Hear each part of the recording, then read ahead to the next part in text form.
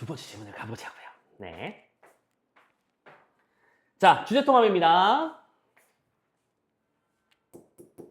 어떤 식으로 문제를 풀어가야 할까요? 문제 보고 가 단독 문제들 미리 마킹해 놓고요. 가를 읽고 와서 그 단독 문제들을 해결한 다음 이제 나 지문을 읽기 시작하기 전에 어떤 마인드 먹고요.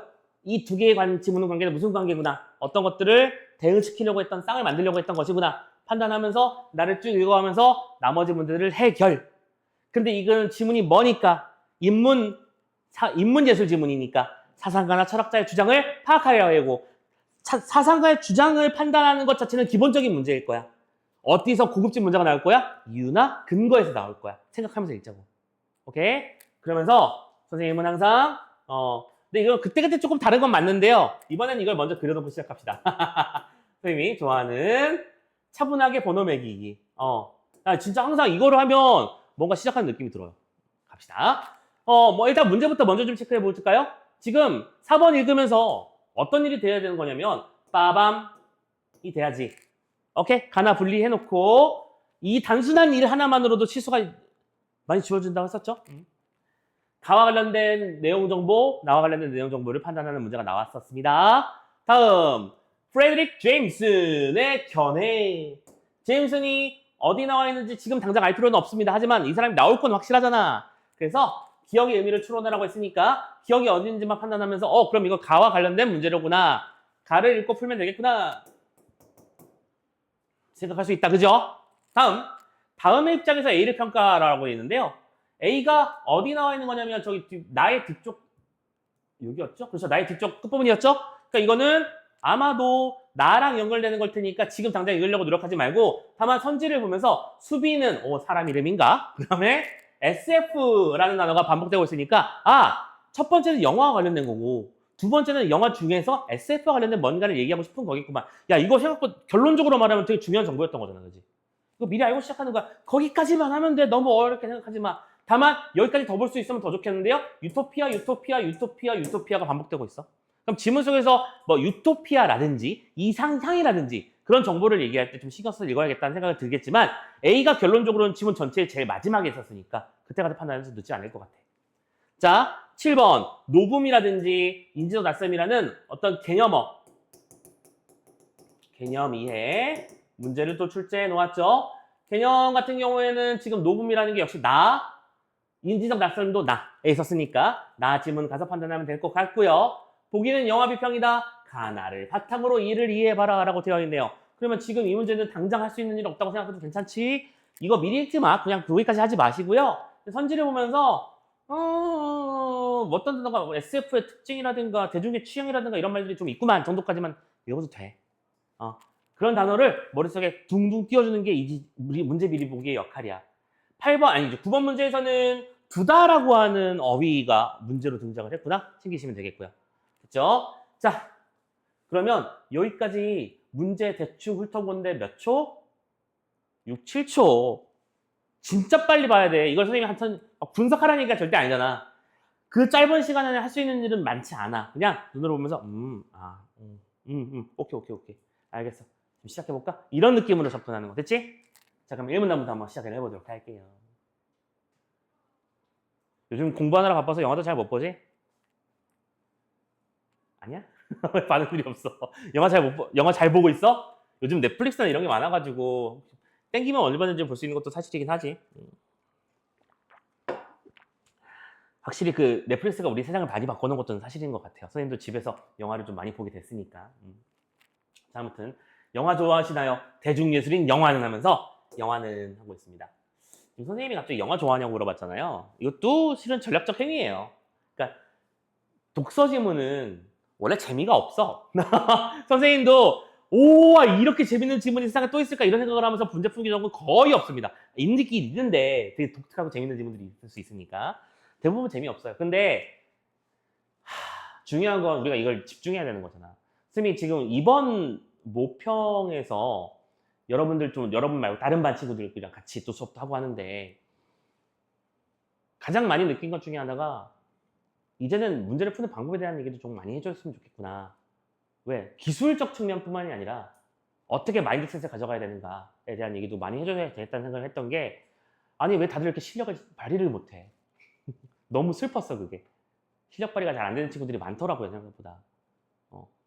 충분히 실수라고 써져 있는 그 문제들을 맞출 수 있었을 텐데 이런 것들을 왜 못 맞출까에 대한 얘기를 가만히 선생님도 고민을 자아성찰을 해보면 이런 얘기를 내가 선생님 생각보다 많이 안 해줬구나. 그냥 뭐 어떤 부분에서 중요한 게 나오는 거고 문법에서 이런 게 중요한 거고 그런 설명만 많이 하진 않았나 그런 고민을 하면서 이런 말씀을 드리는 거예요. 독서 지문이 나오면 이렇게 억지로라도 나는 이거에 지금부터 관심을 가질 거야. 나는 지금부터 이게 겁내 궁금해. 막 이렇게 하면서 시작하는 거야. 첫 번째 생성형 인공지능 나왔을 때 챗GPT 말하는 거구나. 최근에 챗GPT랑 싸웠던 그 영상이 생각나는데 그런 얘기를 했다든가. 영화 지금 무슨 얘기 나올지 모르는 상태라면 그냥 나 영화 좋아하는데 그래서 아까 분명히 SF 영화도 얘기가 나왔었는데 좀 내가 아는 영화가 예문으로 나왔으면 좋겠는데 매트릭스 나오면 좋을까? 뭐 이런 거 있잖아. 그런 것들을 자꾸 때려 넣으세요. 알겠죠? 근데 이것도 실은 결론적으로 말하자 결국엔 뭐예요? 문제를 잘 풀기 위한 기술이기도 해 이것도. 집중력을 끌어올리는 방법 고민해 주셔야 됩니다. 그래서 이 영화라는 거는 중요한 게 뭐다? 취향에 민감하게 반응했다는 게 특징이래요. 특징. 장르 영화가 대표적인 사례다. 그죠? 우리가 장르 영화라면 예를 들어 마블의 히어로 영화라든지, 그쵸? 아니면 뭐 특정한 어떤 세계관을 그리는 작품들이 있잖아.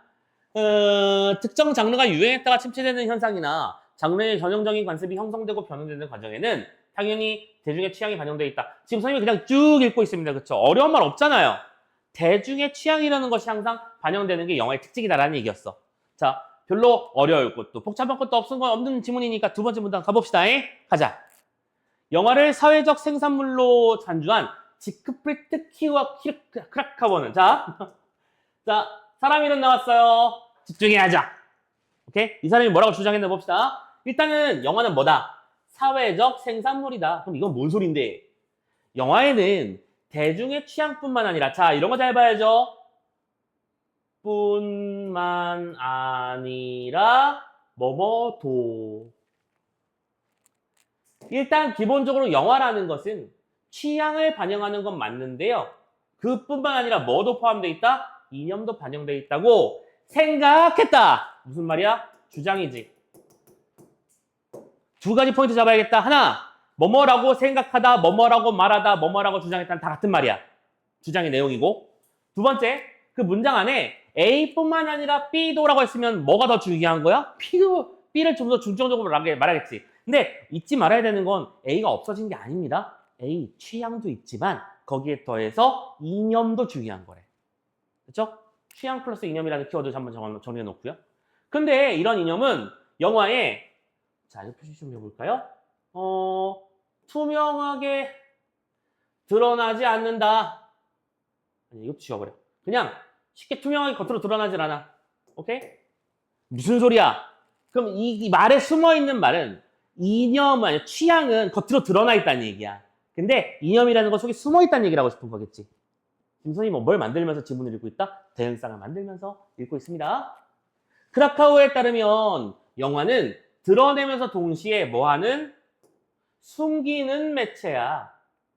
사회에서 불순하거나 위험하다고 간주되는 이념은 영화의 이면에 감추어진다. 잘 봐봐. 얘들아, 그럼 선생님이 같은 색의 형광펜으로 칠한 이 세 가지 이야기는 실은 다 똑같은 얘기 아니야? 이념이라는 것은 드러내지 않는 법이지. 숨겨져 있는 거야. 이면에 감추어져 있는 걸 말하는 거거든. 이런 말을 하고 있는 거잖아, 지금. 그럼 얘들아, 똑같은 얘기를 다른 버전으로 3번이나 얘기했다는 거는 이게 뭐라는 얘기야?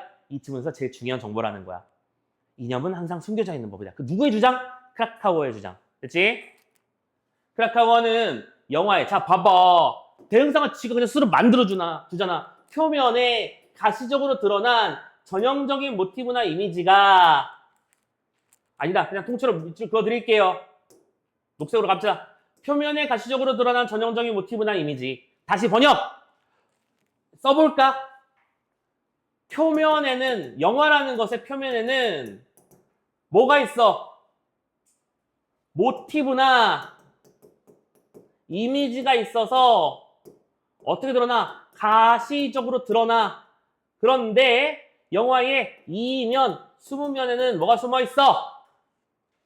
방금 말했잖아. 이념이 숨어 있다고요.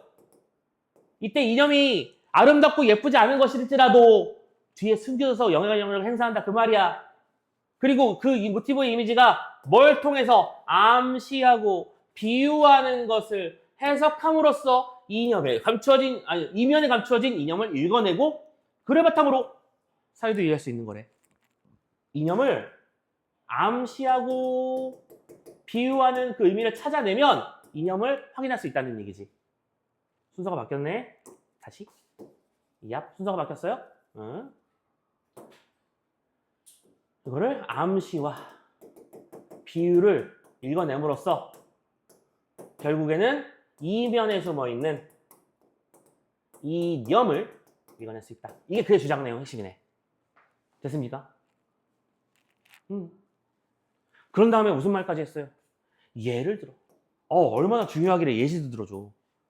그치? 예시까지 들어주고 있잖아. 예를 들어 1920년대 동일 영화에 반복되어 등장하는 밀실, 광인, 독재자 등을 담은 이미지의 이면에서 오케이? 이걸 뭐라고 한다고? 이미지 표면에 드러나는 것. 그 이미지를 통해서 그 이면에는 패전 이후 독일 사회 전반에 만연했던 현실도피의 퇴행적인 심리, 현실도피라고 하는 이념. 왜? 세상 살기 참 그지 같다 이거지.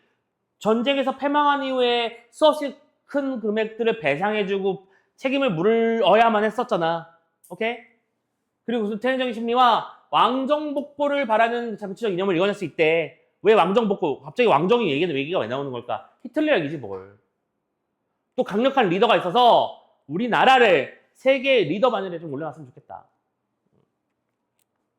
여기까지 됐습니다. 읽어내셨습니까? 어려운 내용 아니죠? 크라카우의 주장.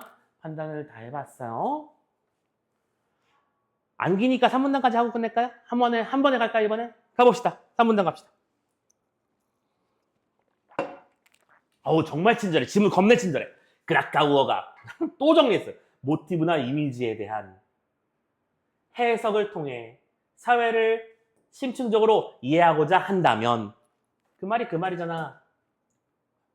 모티브나 이미지는 표면적인 것. 그치? 거기에 숨어있는 암시와 비유를 읽어내면 숨어있는 이념을 읽어낼 수 있고 그것을 이해하는 것이 우리가 결국 사회를 이해하는 길이다. 라고 말했다면 이번엔 다른 사람입니다. 파란색으로 표시해볼까요? 프레드릭 제임슨. 뒤에 문제 나왔던 분이죠? 문제로 나왔던 분입니다. 오케이? 신경 써야겠다. 그리고 여기서 여러분들 생각해야죠. 대응상을 만들고 싶겠구나 지금 여기서부터. 대응상이 나와야겠지. 자, 프레드릭 제임스는 영화의 서사를 통해 영화에 반영된 사회를 총체적으로 이해하고자 한다. 자, 이것도 파란색으로 쳐줄까요? 서사를 통해 반영된 사회를 총체적으로 이해하고자 한다. 여기도 마주 쳐줘야겠다. 암시 해석함으로써 사회를 이해할 수 있다. 대응상 만들어봐. 크라카우어는 뭘 통해서 사회를 이해할 수 있다? 이념. 근데 그 이념은 숨어있기 때문에 겉으로 드러나있는 모티브나 이미지를 통해서 읽는 것이다. 두 번째, 제임스는 뭐라고 얘기했다? 뭘 이해하면 사회를 이해할 수 있다? 서사를 읽으면 이해할 수 있다. 서사가 무슨 뜻인데? 인물, 사건, 배경, 시간적 흐름, 갈등, 양상 그런 것들을 종합적으로 묶어서 서사라고 부르지 않나? 오케이? 자, 그에 따르면 오늘날의 사회는 분산적이고 파편적이기 때문에 이유 그 총체적인 양상은 시간이 흐른 뒤에야 즉 역사가 지난 뒤에야 파악되는 게 정상이지. 그건 당연한 얘기 아니야. 탁형준이라는 인간이 어떤 사람인지를 말하려고 하면 지금 당장을 말할 수 있지만 이거 끝이 아직 안 났잖아. 그치? 노래를 듣고 있는데 3분짜리 노래를 듣고 있는데 1분 만에 결과 이 총평을 말해달래. 말이 안 되는 거잖아 그건. 무슨 말인지 이해됐어? 진행되고 있는데 어떻게 총평을 해? 그런데 이거를 이렇게 바라보자. 현재를 역사처럼 조망할 수 있다면 자 파란펜으로 들어볼까요? 조건! 현재를 역사처럼 읽을 수만 있다면 그러면 우리가 속한 사회의 총체적인 양상을 파악할 수 있겠지. 제임스는 서사를 통한 역사화의 가능성에 주목했다. 그래서 자 역사화의 가능성이라는 표현을 썼습니다. 역사화라는 건 뭘 말한다. 자 키워드니까 파란색으로 좀 써볼까요? 서사라는 것은 사건을 무슨 방식? 회고적인 방식으로. 어떻게 해요? 이미 완료된 과거처럼 서술하는 방식을 말하는 겁니다. 회고적으로 이미 완료된 과거인 것처럼 표현하는 거야. 그러니까 지금 이 순간까지 한 다음에 서술하고 생각해버리자는 거지. 그럼 그 약간 발상의 전환이잖아, 그지? 그러니까 이거지. 아까 음악에 예를 들면 3분짜리 노래인데 1분까지밖에 못 들었지만 그래 여기까지 그럼 여기까지 스토리가 이렇게 연결된 거니까 이게 하나의 완성된 구절이라고 생각하고 이걸 평가할 수 있지 않겠느냐. 실제로도 그렇게 많이 하니까요. 우리 스트리밍 1분만 들으면 대충 각 나오잖아. 음악이 이게 괜찮은 노래인지 내 귀에 잘 맞는 노래인지 딱딱 나오잖아요. 그래서 이렇게 서술한다는 점에서 서사를 통한 이 서술한다는 점에서 총체적인 조망을 가능하게 하고 그리고 기억 나왔네요? 역사화라고 하는 것은 미래를 다룬 SF의 경우에도 해당한대요. 자 그러면 경우에도 해당한다고 했으니까 이 원칙이 다른데 그 앞에서랑 똑같이 원칙으로 이루어진다는 얘기지. 미래는 아직 도착하지 않았지만 지금까지 알고 있는 현실이 하나의 완성이라고 보고 그걸 토대로 서사 전체를 읽어볼 수 있지 않느냐. 오케이? 그런 말을 하고 있는 내용이었습니다. 굳이 안 써도 되겠죠? 자 그래서 정말 다행히도 말도 안 되게 어려운 정도의 지문 구성은 아니었습니다. 그지? 어렵고 힘든 비유도 아니 없었고요. 할만하지 이 정도면? 가스라이팅 하는 거 아니지? 이 정도면 할만한 거 맞지? 오케이. 자 먼저 가짐은 다 읽었으니까 선지 지우러 갑시다. 1번 영화에 나타나는 전형적인 모티브는 이념을 투명하게 드러낸다. 말도 안 되는 거 보이죠? 어떻게 투명해? 지금 아까 우리가 지문 속에서 봤던 제일 중요한 정보가 뭔데? 이념은 숨어 있는 것이다. 그 정보를 선지에서 활용했잖아 지금. 됐니? 2번 크라카우어는 독일 영화들에 쓰인 밀실 각인 독재들의 이미지에서 불순하다고 여겨지는 이념들을 이겨낼 수 있다라고 읽었대요. 자, 잡소리 다 지워버리고요. 제일 중요한 단어만 뽑아볼게요. 크라카우어는 이미지에서 이념을 이겨낼 수 있다라고 본다는 거잖아. 맞니? 이미지를 통해서 이념을 읽어내는 게 크라카우어의 중심 정보 아니었니? 그러니까 정답 2번인 거잖아. 필요 없는 정보 제거하고 보면 너무 쉽지. 됐나요? 오케이. 정말 감사하게도 2번에 답이 나왔으니까 깡이 좀 있다. 3, 4, 5를 안 읽고 넘어갈 수 있을 거고요. 난 못 믿겠다 그러면 3, 4, 5를 읽을 수밖에 없겠지만 읽었을 때 장단점은 이미 다 설명해드렸으니까 넘어가도록 하고 자 얘들아 뒤에 있는 문제 풀 수 있는 게 있었잖아. 그러면 이 말을 5번 정리를 한번 해보자고요. 자 근데 선생님은 5번에서 이런 팁을 드리고 싶어요. 문제를 빨리 풀려면 도대체 무슨 짓을 해야 되는 것이냐. 어떻게 빨리 풀 수 있느냐. 얘들아 지금 이건 제임슨의 주장이지. 제임슨의 주장에서 기억나는 단어들을 한번 더 되돌이켜볼까? 일단은 어떤 단어가 무조건 나와야 되고요. 서사, 그리고 총체적, 완료된 과거처럼. 오케이? 이런 식의 말들이 기억나지? 그러면 선지를 1번부터 예쁘게 읽는 게 아니야. 그렇게 하는 게 아니라 쓱 눈으로 살펴보면서 내가 이게 좀 마음에 들어 라는 선지가 나오지 않느냐는 거야. 그렇게 풀지 않은 사람도 지금 선지를 다시 보세요. 그런 원리에 의하면 당연스럽게 몇 번을 보게 되겠니? 너무 2번을 보고 싶지 않냐? 동그라미 너무 일찍 쳤다. 오케이? 2번부터 보고 싶은 생각이 들지 않느냐를 말하고 싶은 거야. 왜 제일 그럴 법한 얘기를 하니까 아니면 말지 뭘. 답이 아닌가 보지. 그렇게 생각하면 돼. 답이면 땡큐지. 근데 이게 4번에 있고 5번에 있다면 그렇지? 맞는지 확인하면 되는 거잖아. 가보자. SF는 미래를 완료된 과거처럼 바라보는 방식을 통해 완벽한 설명이 그쵸? 끝나버린 거라고 생각해 보자고요. 그러면 이것을 총체적으로 이야기하면 뭐 어려운 말도 없었네. 2번이네. 확실하게 맞네. 됐어? 답을 어떻게 잡았는지 느꼈나요? 이 기술을 가져가셔야 됩니다, 여러분들은. 이게 그냥 막 팍팍 되는 건 아니야, 물론. 근데 지문을 그러니까 그만큼 한 번 읽을 때 제대로 꼭꼭 씹어 읽어야 돼. 여러분들이 막 지문 읽을 때 보면 옆에서 쳐다보고 있으면 밑줄을 막 치고 있고 막 그렇거든. 그냥 밑줄 친다고 읽는 게 아니야, 얘들아. 밑줄을 쳐놓고 읽었다고 착각하는 친구들이 너무 많은 것 같아요. 그러니까 최선을 다해서 씹어 먹으셔야 되고 씹어 먹을 때 지문을 구조해가면서 막 만들어 나가셔야 됩니다. 한 문장 한 문장 천천히. 처음부터 그게 잘 될 일은 당연히 없다고 말씀드렸고요. 알겠죠? 기출문제 그렇게 공부하시길 바랍니다. 너무 2번이야. 나머지 봐봐. 현재 시점에서 미래를 묘사한 거 아니, 그죠? 미래를 겪어본 적도 없었고 그냥 현재까지를 미로로 치는 거는 그런 개념인 거잖아. 다음 세 번째. 미래에 완료되는, 현재 진행되는 사건이 미래에 완료되는 내용을 담아 사연을 통시적으로 고찰한다. 통시적 고찰이 뭔데? 봐, 이런 걸 통해서도 또 우리한테 장난질을 걸고 있는 거 느껴지지 않느냐는 거죠. 통시라고 하는 건 공시랑 같이 연결해서 기억해야 되는 용어고 시간의 흐름 속에서의 대상의 변화 양상이라는 뜻이잖아. 그래서 여러분들이 저 선지는 보통 그 서술상 특징을 묻는 문제에서 여러 번 봤던 용어였을 거야. 그래서 또 써먹고 있는 중이지. 동시적이지 않아. 네 번째, 일어날 법한 사건 아니에요. 일어날 법한 걸 말하는 게 아니잖아. 다섯 번째, 미래 시점에서 시작해서 현재 시점을 향해 전개되는. 말이 안 되는 거지. 무슨 역수된 구조도 아니고. 어떻게 미래에서 현재로 돌아와. 오케이? 그래서 답을 쉽게 잡을 수 있었다. 생각하시면 오케이. 벌써 놀랍게도 정말 땡큐하게도 문단 3개 읽고 답 2개 잡았잖아. 얼마나 즐거운 일이야 얘들아. 나만 즐거워? 안 즐거우면 즐거운 척이라도 해라. 우리 마인드 중요하다고 생각하고.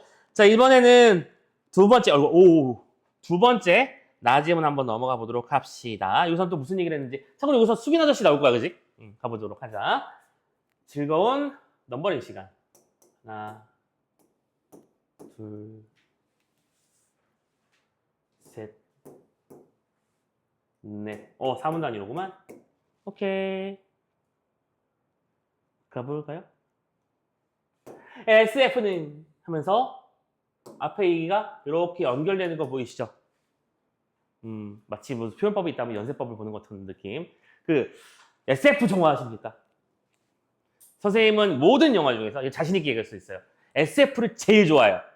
그래서 선생님은 집에 외장 하드에 SF 영화는 보고 내가 구할 수 있는 것들은 다 구해서 저장해놨어. 보고 싶을 때 또 보게.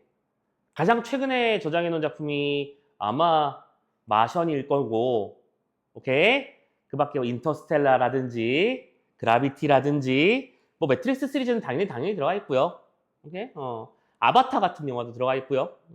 여러분들은 그중에서 어떤 종류의 영화, SF 영화를 좋아하시는지 모르겠습니다. 2002 오디세이라고 하는 작품이 있어. 나중에 시간 나면 꼭 보세요. 개충격입니다. 그리고 인터스텔라 혹시 영화 좀 좋아하고 본 사람이 혹시 있을까, 이 중에? 이런 영화에 관심 없는 사람들도 되게 많더라. 그 인터스텔라 되게 유명한 그 블랙홀 그림 장면 있잖아. 다들 알지? 그 블랙홀의 이미지를 표현하기 위해서 연구하던 박사님은, 과학자는 결국엔 논문을 냈잖아. 논문까지 쓸 정도로 영화의 블랙홀을 명확하게 그려내기 위해서 연구를 했는데 그 연구의 결과가 너무 훌륭하여 논문을 쓰셨대요. 그래서 우리가 알고 있는 상식적으로 생각하는 가장 아름다운 그 블랙홀의 이미지는 거기서 나오는 그 이미지잖아.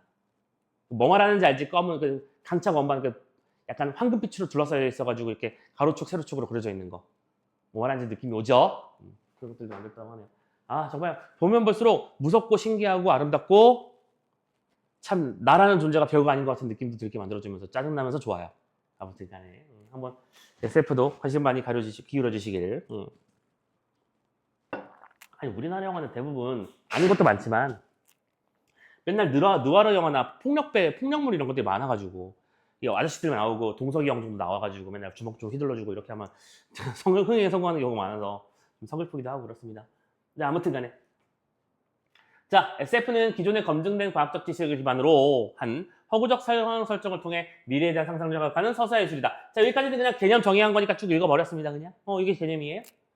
과학적 지식에 기반을 둔다고 해서 SF가 다루는 소재나 서사가 모두 과학적 사실을 하는 것은 아니다. 자, 지금 보면 SF의 어떤 개념을 또 역시 정리를 해주고 있습니다. 허구성이 있는 서사예술이긴 하지만 과학적으로 사실이어야 하는 것은 아니다. 오케이? 중요한 건 SF에서는 자, 이런 거 좀 선생님이 이런 식의 표현을 많이 쓰죠? 과학적 진위가 아니라라고 하는 걸 선생님은 이렇게 표현을 많이 하잖아요. not A라고요. 그치? A가 아닌 B다라고 했을 때 이 A가 아닌 것도 생각보다 중요한 거야. SF는 과학이 중요해 보이지만 그 과학보다 더 중요한 건 뭐다? 개연성이라는 거야. 개연성이 무슨 뜻인데 우리 소설을 배워서 알잖아. 그럴듯함이라는 뜻이죠.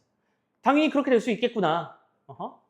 아무리 SF라서 우주선이 막 날아다니고 로봇 태권브이가 날아다니는 세상이 되더라도 그 와중에서도 사랑하는 사람을 지키고 싶은 마음이 있는 거겠구나. 이런 거 있잖아. 그런 개연성. 그래서 작품의 주요 설정이나 사건의 인과관계가 합리적으로 납득될 수 있느냐 이런 것들이 중요한 요소라고 설명하고 있는데 어려움 없으니까 넘어가자. 두 번째 문단. 기발한 상상력이 촉발, 불러일으키는 경이로움은 SF의 가장 중요한 장르적 특징이다. 자, SF에서 중요한 건 뭐예요? 기발한 상상력이 촉발하는 녹색으로 가자. 경이로움. 오케이. 경이로움이 말 그대로 뭐예요? 우와 이거잖아. 인터스텔라 봐도 우와 하는 포인트, 그 블랙홀 그린 장면을 보고 우와 저럴 수도 있겠구나 생각을 하죠. SF에 등장하는 장대하고 압도적인 대상들은 광대한 자연을 마주했을 때와 유사한 자연을 마주했을 때처럼 유사한 경이로움을 선사합니다. 그래서 SF 연구가인 다르코, 나 드디어 나왔네요. 다르코 수빈. 아, 김수빈 씨가 아니고 다르코 씨구나. 오케이. 넘어가고. SF에서 당대의 지식, 기술, 경험을 뛰어넘어 경이로움을 안겨주는 대상을 뭐라고 불렀다? 어허, 이게 바로 노붐이라고 부르는 대상이다라고 부르는 거예요. 노붐. 아, 노붐은 경이로운 걸 말하는 거구나. 그래서 여러분들 혹시 아바타 영화는 봤을 거 아니야. 그 아바타를 보면 사람들이 찬탄에 맞이하는 그게 그 아름다운 그 환경 묘사였잖아. 막 하늘에 막 절벽에 섬이 떠 있어서 막 폭포 떨어지고 막, 오케이? 그런 장면들 있었죠? 라틴어로 새로움을 의미하는 노붐은 이례적인 놀라움을 유발하는 장치가 아니라 나데이 작품 전반에 영향을 미치는 지배적인 요소이자 현실 세계와 SF 작품이 묘사하는 허구적 세계 사이의 차이를 드러내는 핵심적인 요소. 뭐예요? 차이를 드러내는 핵심. 됐어? 오케이. 일단 쭉쭉 따라와 보자. 또한 작품의 세계관에 드러나는 장치이기도 하죠. 그래서 노붐은 이 SF의 주인공이라고도 볼 수 있을 만큼 중요한 거다. 우리가 SF 영화 하면 딱 떠오르는 임팩트 있는 장면들이 있잖아. 반지의 제왕도 일종의 SF 아닐까요? 이 세상에 있을 수 없는 조건들에 대한 얘기니까. 거기서 이제 간달프 아저씨가 그 빛의 불, 여기를 못 지나간다 악마야 하는 그런 장면이 밈으로 계속 활용이 많이 됐잖아요. 너는 못 지나간다 악마야. 외나무 다리에서 싸우는 장면이라든가. 그렇지? 그런 데서 느끼는 어떤 장대함, 경이로움, 우와, 사람이 악마와 1대1로 맞서 싸울 수 있는 그런 멋진 모습 있다는 거죠. 그래서 자, 노부문까지 머릿속에 정리됐지? 경이로움이야. 수비는 SF가 현실의 반영이라고 말한다. 말한다니까 뭐예요? 주장. SF는 현실의 반영이야. 왜? SF는 분명히 아까 있을 수 없는 일, 즉 경이로움에 대한 것들을 얘기하는 거라고 했었는데 그게 왜 현실의 반영이냐면 SF는 미래 세계에 대한 상상을 표현하지만 그 상상은 자 여기서부터 파란색으로 표시를 해드릴게요. 작품이 생산된 그 시대에 기반하고 있기 때문이다. 이유. 그치? 왜 현실이다? 왜 현실의 반영이다? 그 시대에 기반하니까. 따라서 SF에 등장하는 인물이나 시 공간적 설정 등은 그 시대의 현실과 유사하면서도 다르지. 그래서 이 유사하지만 다른, 잠깐만, 요거를 좀 마킹을 해보자. 유사하면서도 다르고, 이 닮았지만 현실과는 다른 이 SF의 세계가 뭐를 촉발한다? 인지적 낯설미라고 하는 것을 촉발한다, 불러일으킨다 라고 말하는 거죠. 여기까지 무슨 얘기인지 이해됐어? 내가 그동안 평범하게 생각했던 자동차인데 갑자기 6단 변신을 하더니 먼 물 위에 하면서 막 뛰어나가고 있어요. 그러면 오 하면서 우리는 놀라는 거잖아. SF, 우리의 상상력을 자극한 그 로봇가 하나하나 부품들이 치킨 변신하는 그 모습을 보면서 쩔어 하는 그런 느낌은 노붐. 근데 그런 노붐은 분명히 우리 일상 속에서 많이 봤던 자동차지만 그 자동차가 생명체, 지적 생명체라고 하는 새로운 인식을 불러일으키면서 낯설음을 촉발한다는 얘기. 오케이? 옵티머스 갑자기 얘기가 튀어나오네요. 아무튼 그런 촉발을 한다라고 부르면서 이렇게 말합니다. SF 속에 등장하는 대상은 현실에서 일상적이고 친숙했던 대상을 어떻게 낯설고 새롭게 느끼도록 만드는 거야. 그래서 이 낯설음을 유발하는 것은 바로 뭐다? 다름이고. 그렇지, 내가 알고 있던 그 녀석의 본래 모습이 아니잖아요. 걔는 자동차인데, 그렇지, 괴물은 아니고 아무튼 적대적 세력에 맞서 싸우는 인류를 지키기 위한 우리 편이잖아. 그래서 싸우지. 그래서 인지함으로써, 자, 이게 중요한 거야. 다름을 인지한다. 다르다를 인지했다. 인지했다는 건 뭐예요? 느끼고 깨우쳐 알게 되었다는 뜻이잖아. 깨우쳐 알게 되니까 우리는 그로 인해서 현실의 거리를 두고 비판을 할 수 있게 된다는 거야. 그래서 이해된? 현실에 거리를 두고 멀리서 바라봄. 그게 바로 일종의 뭐다? 인지적인 충격이다라고 말하는 거. 감각적 충격을 통해서 이성적 성찰에 도달하는 정서적인 지적인 체험. 잠깐만, 이걸 다 쳐야 되네. 아이고, 칠 게 많네요. 이 낯섦이라고 하는 것은 감각적 충격을 통해 이성적 성찰에 도달하는 정서적이고 지적인 체험이라고 볼 수 있다는 거야. 오케이? 자, 여기까지가 수빈 아저씨의 SF 영화 이론이었습니다. 됐죠? SF 영화는 기본적으로 과학적이지 못할 수도 있지만 일단 중요한 건 개연성이 중요하다는 거 우리 다 인정하지 않느냐. 그런 상태에서 우리가 일상에서 봐왔던 알고 있는 대상을 변형하는 방식으로 우리는 새로운 것들을 만들어내고 그러면 내가 기존에 알고 있던 어떤 대상에 대한 인식과 영화에서 보여주는 그 대상에 대한 새로운 인식이 충돌하게 되면 우리는 그 대상을 다시 보게 돼. 그리고 다시 보게 된다는 건 아무런 변화 없이 그냥 막연히 그냥 원래 그런 거지라고 생각했던 거랑 다른 감각을 가지게 된다는 것. 그리고 그것이 거리를 두게 만들어주고 그 거리는 세상을 비판적으로 바라보는 힘을 만들어준다는 것. 그걸 얘기했던 게 수빈원 씨의 주장이었어요. 된다요? 응. 자, 그래서 마지막 단락까지 그냥 쭉 가자. 수빈은 이렇게 주장합니다. SF가 등장하기 이전에도 보조사 도 보이십니까? 역시 마찬가지라는 거야. 인간은 지겼다? 허구적 이야기. 아하! SF가 현대사회의 산물이라면 과거에는 허구적 이야기가 있었다. 홍길동 전 같은 거, 도술 부리고, 전우치전 이런 거요. 오케이? 그래서 낯선 미지의 세계에 대한 동경심을 충족해왔다고 말하는데요. 특히 수빈은 이상적인 세계인 유토피아, 오케이, 아니나 다를까 나온다, 그지? 유토피아에 대한 동경을 다룬 이야기와 SF 사이에 뭐가 있다라고 인정했어요? 유사성을 인정했고요. 오케이, 거기 유사성 비슷한 거야. 라고 설명하고 유토피아를 SF의 중요한 소재로 뭐 했다고요? 태도를 보세요. 받아들였습니다. 인정했다는 거야. 그러면서 오늘날 환경오염이나 전쟁 등으로 인해 인류가 심각한 위기에 처한 상황에서 현실 너머에 존재하는, 자, 이것도 밑줄 좀 쳐볼게요. 현실 너머에 존재하는 이상적 세계를 탐색하는 SF의 역할이 뭐하다? 중요하다라고 주장했는데요. 대놓고 주장이네요. 그럼 얘들아, 지금 선생님이 보라색 칠한 이 문장을 조금만 다른 말로 번역 좀 해볼까? 현실 너머가 뭐니? 요 문단 안에 있었던 다른 용어 뭐였죠? 유토피아 아닙니까? 오케이? 이게 또 안 나와. 유토피아에 존재하는 이상적 세계가 있을 것이다. 사람들은 유토피아를 추구하고 그 이상 세계에 존재하는 그 아름다움을 계속 추구하게 될 텐데 거기에 있는 그 아름다움을 우리가 찾으려고 노력해야 된다. 그것이 SF가 해줄 역할이다. 라고 하면서 SF가 중요한 거야 라고 말하고 있는 주장을 하는 영화학자였습니다. 되셨나요? 더워라. 지금 되게 오랜 시간 동안 논스톱으로 달리고 있었구나. 어쩐지 힘이 들더라. 이거 하고 좀 숨 좀 돌릴게요. 자, 왜 이렇게 힘들는가 했더니. 자, 3번 봅시다. 자, 이제 낮으면 다 읽었다. 오케이? 정리했죠? 가봅시다. 1번부터. SF 속 세계와 현실 세계 간의 다름은 SF의 허구적 설정을 통해서 그 간격을 좁힐 수 있다, 없다? 좁힐 수 있는 대상이 아니었죠? 그냥 뭐라고 해야 될까요? 그러니까는 다름이라는 말 자체가 성립하지 않고요. 이게 뭐라고 썼냐면 같지만 다르다라고 말했었잖아.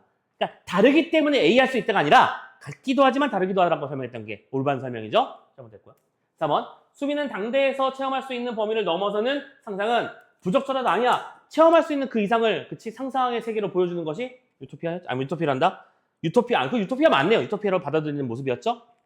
마지막 5번. SF 작품의 허구적 세계가 현실 세계와 닮았다는 점을 깨달아야 비판에 대한 비판적 인식이 가능하다? 이건 뭔 소리야? 갑자기 새로운 세계관을 만들어내고 있어, 그쵸? 이것은 허구다. 하지만 닮았다는 걸 알면 현실을 인식할 수 있다. 그런 얘기 한 적 없습니다, 그죠? 완전히 뻘소리예요. 자, 4번 해결했고요. 5번 이미 해결했으니까 넘어가고 6번 문제 보도록 합시다. 다음의 입장에서 A를 평가하라. 아까 선생님이 요 문제가 오답률 화작 7위라고 말씀을 드렸었죠. 선지 비율이 여기에 좀 중요했었어요. 30하고요. 48입니다. 그럼 그렇다는 얘기는 이 둘이 합해서 78%라는 얘기니까 이 문제는 무슨 문제였을까? 많이 오류, 오해하거나 끌려가는 형태의 문제였겠구나 생각할 수 있겠죠? 오케이. 염두에 두시고 일단은 이런 문제를 읽을 때 가장 기본 중에 기본 여러분들이 놓치지 말아야 되는 거 다음의 입장에서 A를 평가하자인 거니까 누가 기준이야? 얘가 기준이야? 그럼 선생님이 이렇게 써놔. 오케이? A의 입장에서 기준의 입장에서 A를 바라보는 거지. 됐지? 그것 좀 염두에 두시고 기준을 먼저 읽어놓자. 수많은 SF 영화나 소설이 유토피아를 소재로 삼는 것은 현실에서 벗어나고 싶은 인간의 욕망이 본연의 것임을 말해준다. 현실에서 벗어나고 싶은 인간의 욕망. 그렇지. 선생님도 말이야 수업하는 거 즐겁거든요. 니들이랑 이렇게 막 수업 얘기도 하고 학원 얘기도 하고 공부 얘기도 하고 중간중간 쌉소리도 좀 하고 이거 재밌는데요. 선생님이 가장 가슴 깊은 곳에서 있는 내재하는 감정은 뭐였겠니? 아 놀고 싶다 그죠? 니들도 그렇지 않을까 싶습니다만 그지? 인간은 근본적으로 놀고 싶다 그거죠. 근데 SF 작품에 묘사된 이 유토피아라고 하는 것은 자 유토피아라는 개념에 대해서 이 글의 기준을 볼까요? 대부분 봉쇄된 요새로 그려진대요. 봉쇄된 요새. 혹시 매트릭스라고 하는 영화 아까 선생님 초반기에 나왔었는데 본 적 있는 사람이 있을까? 진짜 한 명도 없는 거야? 이렇게까지 없는 거야? 너무하네. 우리 거기에 보면 키아누 리브스 형님이 그죠? 진짜 멋있게 나오잖아요. 꼭 제발 봐. 이건 진짜 띵작이야. 지금 말고. 나중에 3부작이니까 오래 걸리니까 꼭 보셨으면 좋겠는데 진짜 리즈라는 건 그런 거지. 진짜 키아누 리브스 세상 멋있게 나왔었죠. 아무튼 그게 중요한 게 아니고 근데 그건 다 알지. 이거 총알 피하는 요 장면이고 이거 피하는 장면 있잖아. 그거라든가 숟가락 구부리는 장면이라든가 되게 유명한 장면들이 몇 가지 있을 텐데 그 매트릭스 영화에도 이건 스포일러까지는 좀 아니야. 스포일러가 될 수도 있지만 시온이라고 하는 세계관이 존재하거든요. 시온, 자이온이라고도 하죠. 그러니까 도망자들의 성지라고 표현해야 될까? 그래서 인간들이 살아 숨쉬는 유토피아로 그려지는데 거기서도 이런 거랑 똑같은 일이 벌어져요. 거기서 봉쇄된 요소를 그려집니다. 그런데요, 공간적으로 분리되고 차단됨으로써 SF 속 유토피아는 안전하고 평화로운 듯 보인다. 오케이. 겉보기에는 다른 데랑 차단돼 있고 그들만의 아름다운 세상을 말하고 있는 것 같아. 하지만 이 유토피아는 궁극적으로 뭐 때문에 외부의 위협이나 대부분의 내부의 갈등에 의해서 결국엔 뭐가 된다? 붕괴된다. 자, 보기의 관점 별말 아니야. 유토피아라는 것이 그려진다. 근데 유토피아는 가만히 따져볼까? 누군가 어울리는 조화로운 세상이 아니라 독립적 공간으로 보통 그려지는 경우가 많다. 그리고 그런 것들이 뭘 상징하는 것인가? 위협이나 갈등으로 인한 붕괴가 쉽게 일어나는 조건임을 말해주는 것이고 그를 통해서 봤을 때 이런 결말은 유토피아가 근본적으로 실현 불가능하다는 점. 오케이, 주장이야. 유토피아는 실현 불가능하다.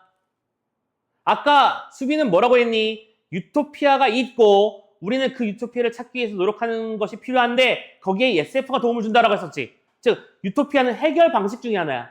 해결 지향점의 하나라고 했지. 근데 이 글은 유토피아는 없어. 무슨 유토피아야 라고 말한 다음에 더불어 현실의 문제에 대한 해답이 다시 한번 문제에 대한 해답이 현실 너머에는 존재하지 않는다는 점을 말해준다. 선생님 근데 아까 실은 미리 힌트를 주었어요. 현실 너머라는 단어를 뭘로 대체할 수 있지 않느냐. 유토피아잖아 이제 이게. 그렇지? 그러면 자 핵심은 이거야. 선지를 읽으면 이때는 헷갈려. 오해하지 마시고요. 선지가 헷갈린다는 얘기가 아니고 지문에서 요구하는 정보가 뭔지를 모르는 상태에서 선지를 대충 읽으면 다 맞아 보이거나 다 틀려 보이는 게 문제란 말이야. 문제에서 진짜 원하는 게 뭔지를 깨우치고 들어가는 걸 선생님이 말해주고 싶은 거야. 자, 다시. 수빈은 유토피아라는 것이 실제로 있다고 인정했지, 그지? 그리고 그 유토피아를 탐색하는데 SF가 중요한 역할을 해주시는 것이 중요하다고 말씀하셨죠? 여기까지 이해됐죠? 유토피아에 대한 긍정, 그리고 현실 너머에 존재하는 이상세계의 탐색은 우리 인간의 꿈과 희망인 것이다. 그게 바로 SF를 통해 드러난다. 그런 얘기를 했었어. 그런데 보기의 기준에서 설명은 뭐냐면 유토피아는 결국엔 닫힌 사회이기 때문에 언젠간 붕괴하는 것이다. 그렇기 때문에 유토피아는 존재할 수 없다. 유토피아를 통해서 해답을 찾는다는 것은 불가능하다라고 말하는 거야. 그러면 다시 생각해보자. 문제의 입장을 다시 돌아가. 선지 읽지 말고. 다음의 입장에서 A를 평가한다면 이 사람은 수빈의 방금 말을 어떻게 말했겠니? 말도 안 되는 소리다. 유토피아는 존재하지 않으며. 오케이? 이상 세계에 대한 탐색은 불가능하다. 그런 말을 하겠지. 자, 요 말이 중요한 거야. 방금 선생님이 드린 말. 문제의 의도는 뭐다? 써드릴게요. 니들 다들 이렇게 말을 하면 어떻게 써야 될지 몰라 하더라고요. A. 문제의 의도를 읽고 B. 키워드를 추출해낸 다음에 그 키워드를 중심으로 그 단어들을 중심으로 선지를 먼저 보는 거. 지금 선생님이 오늘 알려드리려고 애를 쓰는 그겁니다. 읽어야 되는 거죠. 자, 그러니까 1, 2, 3, 4, 5를 쭉 봐봐. 그냥 여기 나오기 적당한 말들이 뭐다? 유토피아, 노노, 총체적 발전을 위해서는 유토피아 너머를 생각하는 거 불가능함. 뭐 그런 식의 말들 나와 있는 거지. 어딨니? 5번이 바로 가는 건 좀 너무했니? 5번 문제 보세요. 유토피아의 한계를 고려할 때 유토피아는 한계가 있다.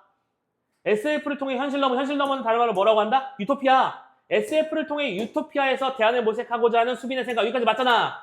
오케이. 윤석은 수정될 필요가 있다. 잘못됐다라는 말을 수정될 필요가 있다는 말로 바꿔놨네. 그 말이잖아. 그래서 정답이 5번인 거야. 이해됐어? 이해됐어? 오케이? 이해됐어? 5번. 그런 상태에서 4번을 보자. 수빈이 말하는 유토피아는 현실에서 실현될 수 없지만 그들은 그렇게 말할 수 있을 거야. 그건 실현 불가능해. 현실을 벗어나려는 욕망은 SF의 허구적 이야기를 통해서 해소된다? 아니요. 현실을 벗어나려는 욕망은 실현 불가능하다고 말하겠지? 그치? 왜냐?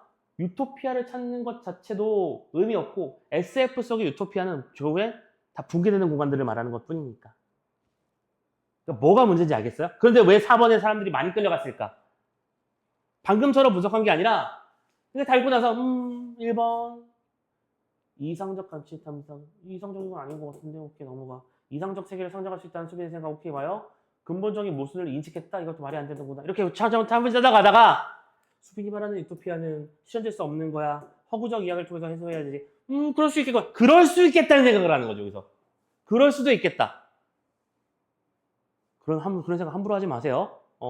그건 네 생각이고 이 글은 말 그대로 수빈의 생각을 뒤집어 엎는 반대측의 주장입니다. 그렇잖아? 그러니까 말을 그러니까 진짜 반대하는 얘기는 살짝 수정될 필요가 있어 보입니다. 라고 말했지만 이거는 아니죠. 라는 말이잖아. 근데 여기서 이야기를 통해서 해석된다는 얘기는 허구적 네 말은 좀 어려운 말이지만 이 방법을 하면 되지 않을까? 라고 말하는 거랑 똑같은 거잖아. 그게 어떻게 반대하는 거야? 무슨 말인지 이해됐죠? 오케이. 그래서 정답 5번 잡으셨으면 좋겠고 자, 7번 문제 넘어가 봅시다. 노봉과 인지적 낯섦. 문제 그냥 약간 뭐랄까 주는 문제 아니었냐 솔직히 까놓고 말해서 이건. 그치? 노붐. 현실과 세계관의 차이를 드러내는 요소. 맞아요. 현실적으로 구별하는 게 어려운 어떤 놀라운 경이. 노붐은 작품 전반에 영향을 미침. 인지적 낯섦은 친숙함을 주던 대상이 새롭게 인식되면서 낯섦을 느끼게 되는 것. 마지막 인지적 낯섦이라고 하는 건 작품에 표현된 세계에서 촉발되는 촉감적 충격이 이성적 성찰에 수반되는 차. 무슨 개소리야. 수반이 왜 돼? 수반되다가 무슨 뜻이요? 오메? 갑자기? 네? 수반되다가 무슨 뜻이요?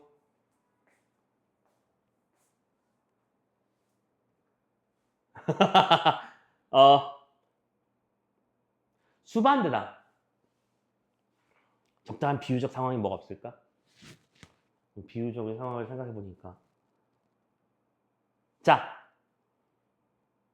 해바라기 샤워기에서 물을 머리에 좀 비유가 이상하네. 아무튼 간에 해바라기 샤워기 우리 머리 꼭대기에서 나오는 샤워기 수전 말하는 거야. 해바라기 샤워를 통해 머리를 감는 것은 곧 몸을 닦는 행위라 수반된다. 뭐 이런 어떤 느낌인지 알겠어? 함께 발생한다는 거.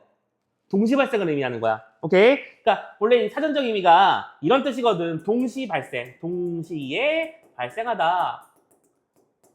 무슨 소리야 이게. 인지적 낯섦이 이성적 성찰에 동시에 발생한다고? 아니죠. 동시에 발생한 게 아니라 A가 B를 불러오는 개념이지. 익숙하던 대상을 낯설게 바라보면서 우와 이건 뭐지? 라고 하는 새로운 인식을 만들어내고 그 새로운 인식이 대상에 대한 비판적 거리를 만들고 그 비판적 거리가 대상을 새롭게 바라보게 만드는 힘이었잖아. 수반된다라는 말을 절대 쓸 수 없습니다. 단어만 알아도 당연히 쉽게 풀 수 있는 문제였길 바라고요. 자, 힘들다. 8번 문제 가봅시다. 보기는 영화 비평이다. 하나의 바탕으로 이해를 이해해보자 라고 되어 있습니다. 자, 쭉쭉쭉쭉 가볼게요.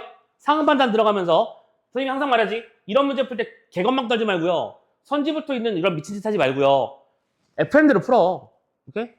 보기를 먼저 읽어. 무슨 상황인지 판단해. 그리고 이 문제를 통해서 출제자가 뭘 말하고 싶어 했던지를 알면 답은 보여. 그걸 못하니까 답이 안 보이는 거지. 가자. SF 영화를 봤어요. 자, 허공의 도시가 등장했는데요. 첨단 과학으로 만들어졌고요. 기술이 집약돼 있었고요. 거대한 우주선 같은 공간이었습니다. 반대로 지상에는요. 무너져 있는 콘크리트 건물의 자대로 뒤덮인 구간이 있었습니다. 이때 자, 여기까지는 허공과 지상이라는 공간 대비를 통해서 이제 대상의 모습을 그려내고 있는 이 작품인 거야. 자, 그런데 하나씩 가보자. 풀어가 봅시다. 먼저 화면 가득히 등장하는 은빛으로 빛나는 허공의 도시는 가히 압도적이다. 무슨 단어 말하고 싶은 거야? 노붐. 그렇지? 우리가 지문을 제대로 읽었다면 무슨 말을 하고 싶은지가 톡톡 보이죠? 두 번째, 몇몇 장면은 물리적 법칙이 어긋나 있지만 이건 뭐예요? not 과학 법칙. 오케이? 그거 말하는 장면이죠? 주요 사건의 인과관계가 설득력이 있어서 영화의 전개를 따라가는 데는 전혀 문제가 없었다. 이걸 뭐라고 부른다? 개연성. 두 구역 사이의 갈등을 중심으로 한 서사는 우리 사회를 조망하게 한다. 서사를 통한 조망 누가 얘기했던 거더라? 서사. 프레드릭 제임스였냐? 제임슨이었냐? 아무튼 제임스. 오케이? 다만 두 구역 간의 이 갑작스러운 화해로 맺어지는 결말은 요즘 유행하는 SF의 경향에서 크게 벗어나지는 못했다라고 하면서 글을 마무리 지었고요. 자, 이런 키워드를 가지고 문제를 만든 거니까 이건 솔직히 까놓고 말해서 예쁘게 딱 포인트가 잡히는 건 없겠네. 어떤 특정한 상황을 주고 그 상황이 개연성을 얘기하는 건 맞지? 노붐을 얘기하는 건 맞지? 제임스의 주장에 대한 연결 내용이 맞겠지? 이렇게 판단하는 내용이겠죠? 어쩔 수 없어. 그럼 이 문제는 결론적으로는 시간이 걸리는 문제야. 시간이 걸리는 문제였어야 해. 그런데 1번 보자. 자, 이 문제를 풀기 전에 우리 잠깐만, 정말 잠깐만 까먹었으면 안 되는 거 뭐예요? 자, 처음에 표면에 모티프와 이미지 같은 것들이 있다. 이 녀석에 숨겨져 있는 암시와 비유를 읽어내면 그 안에 숨겨져 있는 이념을 읽어낼 수 있는 것이 바로 영화의 역할이고, 오케이? 그런 주장을 했던 게 크라카우어 아저씨의, 지프크리트 아저씨의 주장이었죠? 자, 그거 이해한 상태에서 다시 한번 볼게요. 보기에서 지상을 콘크리트 건물의 잔해로 뒤덮인 구간으로 언급했어요. 자, 뭘 읽은 겁니까? 표면을 읽은 거죠. 겉으로도 이게 뭐잖아? 이미지가잖아. 이미지. 내가 영화에서 봤더니 그게 보였다며. 그게 이미지 아니야. 그지? 그거는 가에 따르면 이미지의 이면을 읽어내요. 심층적으로 이해한 결과야, 이게? 아니죠. 이미지를 통해서 그 안에 스며있는 내면적 의미를 읽어냈다면 그게 이 말이 맞는 건데 영 엉뚱한 연결, 너무 섣부른 연결이 돼버렸잖아. 정답이 1번인 거야. 그래서 선생님이 아까 말했잖아. 이 지문 독서 세트가 어려운 척하지만 별거 아니었다라고 말하는 평가원 출제자들의 어떤 친절함이 보이는 문제가 많았다. 이게 뒤쪽 가면 갈수록 더해요. 원래 충분히 더 어려울 수 있었는데 시간 안 배해준 거야 지금 이거. 무슨 말인지 이해됐지? 오케이. 그래서 출제 원리 잘 살피고 결국에는 지문에서 제일 중요한 정보를 문제 출제 요소들로 딱딱딱딱 그려낸 거를 좀 느껴주셨으면 좋겠다. 오케이. 선생님이 나중에 지금은 이건 설명하는 과정에서 이렇게 썼지만 나중에 이제 그 선생님이 손이 좀 덜 아프면 그 모의고사 지난번 육모처럼 손필기 해가지고 나눠드릴 테니까 그거 보면서 이 관계도를 잘 한번 자기 거랑 비교해서 똑같이 이해했는지 정리를 해보시길 바라겠습니다. 오케이. 힘들어. 자꾸 말해서 미안해요. 근데 힘들어서 그래. 진짜 힘들다. 자, 2번. 진짜 다리가 왜 이렇게 아프지? 보기에서 허공의 도시와 관련해서 언급한 암도적인 느낌은 뭐예요? 장르적 특징, 노붐. 과학적 오류를 무전히 삼지 않은 것은 과학적 진위가 아니라 나데이. 나오잖아, 그대로. 우리가 예상했던, 그러니까 써먹을 만한 코드를 어떻게 써먹는지 보시고요. 이게 좀 더 발전하면 나중에 무슨 짓까지 할 수 있어? 자기 혼자 변형 문제도 만들 수 있어. 이 요소 아직 안 써먹었는데? 써먹을 만한데? 그게 보이는 사람이 훌륭한 사람인 거야. 4번. 두 구역의 갈등을 다룬 서사가 블라블라블라블라 다음 필요 없어. 결국엔 종합적 통찰인 거잖아 이게. 오케이? 5번. 대중화의 SF 영화의 경향이라고 말하는 것은 취향이 반영된 결과다. 왜? 이 말 맞지? 취향뿐만 아니라 이념까지 있었으니까. 취향은 다 기본에 깔려 있는 거야. 첫 번째 문단에서 정의를 세팅해주고 시작했었죠. 자, 요거 잡으시면 될 것 같고요. 자, 요 문제 오답률 6이 문제였지만 그래도 충분히 할 수 있는 문제라고 생각합니다. 6위로 떨어진 이유는 내가 지금 뭘 읽고 있는지 총체적으로 정리가 안 되는 친구들의 입장에서는 좀 어려운 문제가 있을 수 있다는 거 잡을 수 있을 것 같고요. 자, 마지막 9번 문제 A, B의 의미라고 되어 있는데요. 자, 윤석은 둘 다 두다지. 두다. 근데 A가 무슨 두다였냐면 기반을 두다. 그 다음에 B는 거리를 두다야. 근데 이때 이 두다를 볼 때 선생님이 맨 처음에 일단 뭐뭐를 두다를 먼저 따지고 있지. 제일 처음 해야 될 일은 뭐다? 필수적으로 데리고 다니는 부서를 판단하는. 지금 이거 무슨 문제야? 서술어 문제잖아. 그치? 그럼 서술어 문제니까 당연히 필수 부서 따지고요. 두 번째, 뭐까지 따져봐야 돼? 이 녀석의 구체어인지 개념어인지 구분하는 거. 그것만으로도 많은 게 지워지잖아. 실은 이것도 가만히 따져보면 둘 다 개념어에 잠깐만. 둘 다 개념어에 속하는 단어들이지? 그러니까 잠깐만, 미안해. 개념어가 갑자기 왜 튀어나오나 했어. 선생님 지금 혼자 이상해가지고 왜 개념어지? 이러고 했는데 구체어와 추상어죠. 추상적 어휘. 오케이. 그래서 쓰다라고 했을 때 모자를 쓰는 건 구체어지만 머리를 쓰는 게 정말로 머리를 들이받으라는 얘기가 아니잖아요. 오케이? 머리를 굴리라는 얘기니까 추상어가 되는 거라면 이 두다는 둘 다 구체어야 추상어야? 추상어지. 대상과의 간격을 멀게 하다라는 뜻이고 어떤 자신의 어떤 지지 기반 같은 걸 만드는 것들을 말하는 거니까. 그래서 자연스럽게 예를 들어 본진을 두다, 누이를 두다, 결승선을 두다 이런 것들이 자연스럽게 지워져야 돼. 자연스럽게 그냥. 봐봐, 이것만으로도 되게 빨리 지워지잖아. 남은 거 살펴보면 1번이 답이었죠? 근거를 두다. 거리를 대놓고 두다 똑같이. 근데 3번은 왜 틀렸어? 선생님 이것도 뜻을 두는 거고요. 이것도 목표를 두는 거잖아요. 근데 이거는 A, B가 서로 다른 말이 아니라 이 두 개가 서로 비슷한 말이야. 뜻과 목표를 두는 건 전부 다 내가 어떤 지향점을 두는 말들을 말하는 거니까 같은 말이잖아요. 그럼 이게 답이 될 수 없다면 결국엔 너무 1번밖에 안 남죠.